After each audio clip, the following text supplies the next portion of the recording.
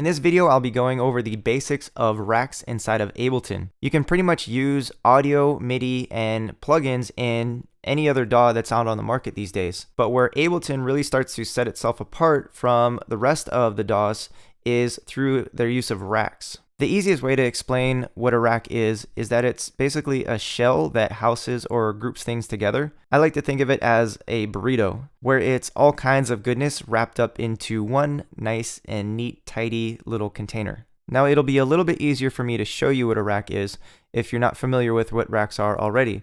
Ableton has 3 different kinds of racks. There are effect racks, so you can have audio effects and MIDI effects. They're kind of 2 separate things, but they are housed inside of an effect rack. Then you have instrument racks for all of your virtual instruments, and then you have drum racks. And essentially, they're set up pretty much the same way. You'll see these same 3 buttons on your audio effects rack, your instrument rack, and your drum rack. There are a few extra buttons on the drum rack on this little side window that you'll see, but I'll get into those a little bit later. Right now, I just want to show you what an audio effect rack looks like and what it does. So if you look at the very first track in this session, you'll see that there are already a bunch of audio effects loaded up on there. So there's a compressor, an EQ, 8, and then there's a 3-band EQ and a filter delay.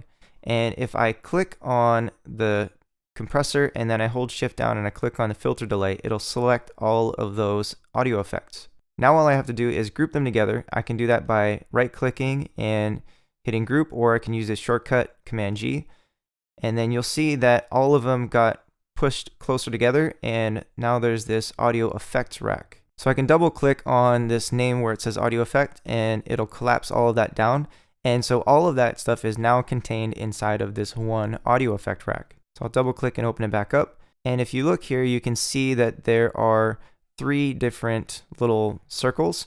These are the show hide buttons, and you can click on these and you'll see that it starts to open up more stuff inside of the rack. So we know now that this audio effect rack is kind of housing all of these effects that we just grouped together.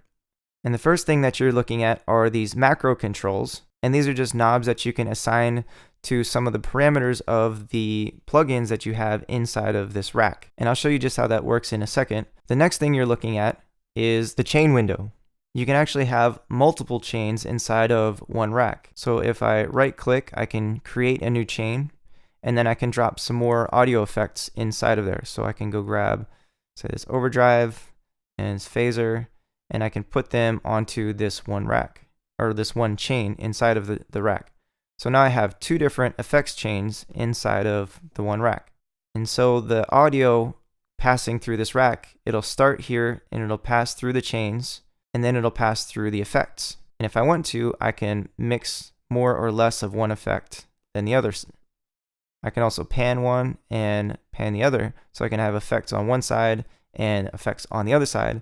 And you can mute and you can solo the different chains that you have selected.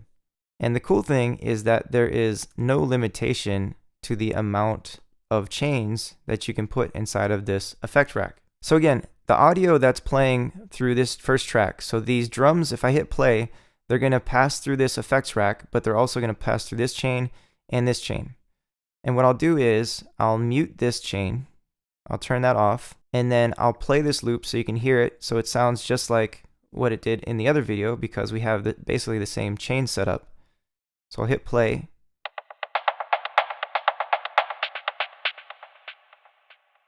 So that sounds about the same. Let me turn this reverb down for now. And then if I turn on this other one, so I muted this chain and I turned on this other one, now it should sound different when I play it.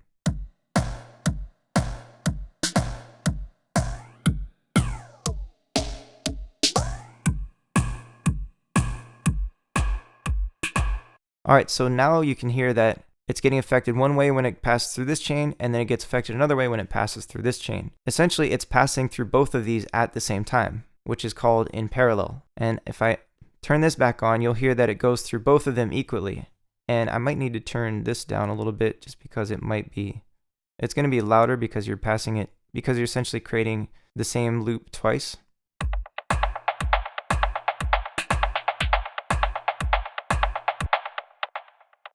So So now you can hear that it has both of those effects on it. And if I'll start to play with the levels a little bit in each of these so you can hear it.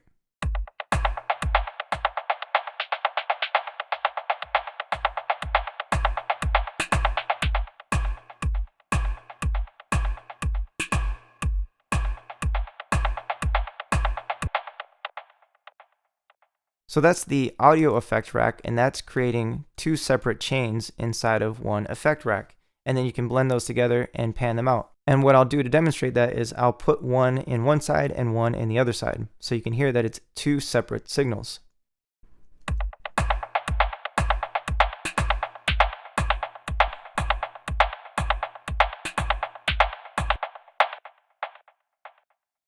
So now you can hear that it's the same drum loop.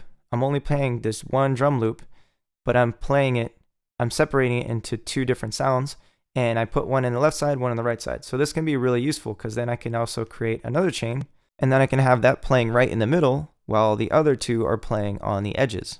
And I might need to turn this down a little bit more because, like I said, if I'm adding more chains in here, then that means I'm stacking more of this sound on top of itself, so it's going to be louder coming out through this one channel.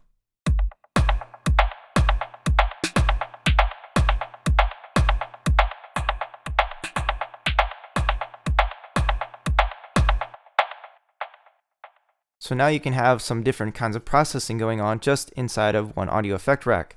And if you look at this chain that I added in the middle where I have no effects going on in there. It says drop audio effects here. So this one has absolutely no effects going on it. So that's the original unaffected sound. And then I can blend in these other sounds here. And it's easy to know what plugins are inside of the rack because the rack itself has these rounded edges. And everything inside of that you'll see has more of these square edges. So once I get to the end of the rack, it has this round edge, and then you'll see that it starts up something new. So if I took this grain delay and I dropped it outside of the rack, you'll see that there's this little meter right here that is in between the rack itself and this new effect that I dropped in, and plus it has this rounded edge. So if I wanted to, I could move this grain delay inside of the rack and put it on this chain specifically because this chain has the overdrive and the phaser, and then I could grab this and move it, and you see how it splits and gets a little bit wider right there. If I drop it, if I let go after I clicked on it, then you'll see that it adds it into this drum rack because it has this square edges, and it's just inside of this rounded edge, and then you have this little meter right here and then this open area to drop more effects. So now if you look at the macros, if I wanted to make some changes to the effects that are going on in here as things are playing, all I have to do is click on any one of these parameters. I can right click on it, and you'll see that a list opens up. And I can map it to macro 1. And if you look over here, you'll see that macro 1 is just this first knob in the macros. So all I have to do is right click on this, and I can map it to macro 1. And you'll see that it opens up with some parameters. And if I turn this knob, you'll see that it changes what's going on with this frequency. So it's moving the frequency up and down. And so these macro knobs become really useful because I can take a few different parameters inside of these different plugins and map them all to the same knob. So I can maybe play around with the dry wet and map that to the same knob as the frequency on the overdrive. And then if I play, I'll turn these ones off and I'll bring this back to center. And if I play with this knob while I'm playing this track, it should change the sound.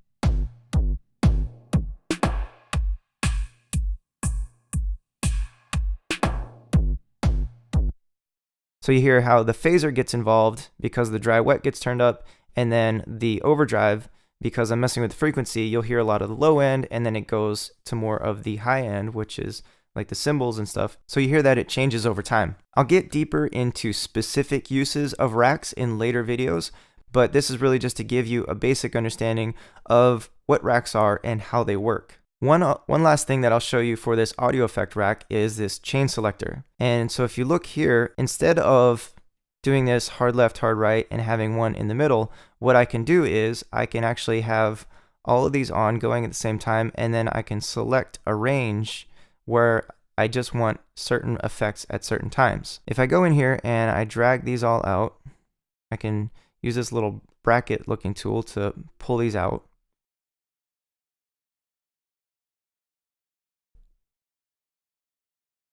And what I can do is I can right click on this and I can say distribute ranges equally. And what it does is it'll take all of those and it will spread them out evenly across this entire spectrum from 0 to 127. And then I can grab this little orange bar right here and I can move this around and you'll see that it changes the sound. So if this is anywhere between 0 and about 40 or 41, it's going to use this first chain. And if it's anywhere between after 40 and up to about 85 or so, wherever that's at, then it's going to use this chain. And then if it's anywhere above that, it's going to use this third chain. So what I'll do is I'll put both of these center and I'll leave all of them at 0. And then I'll start with the chain selector here, and then I'll move it around so you can hear how it's being affected in different ways.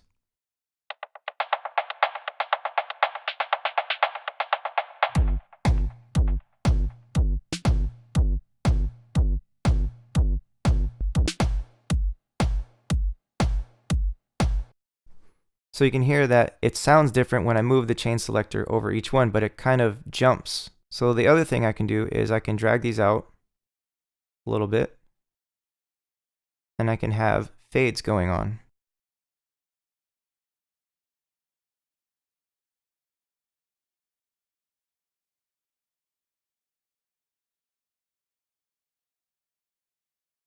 And what that means is that it's just going to blend the two of these chains together.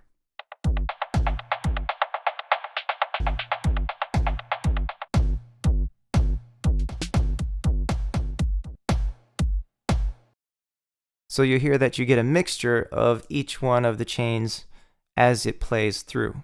So that's how you can make use of the chain selector inside of the effects rack. So you have these different chains and you can choose which chain you are playing with at any given time. Or you can take all of those and put them down to 1, so that way they're all just playing at the same time.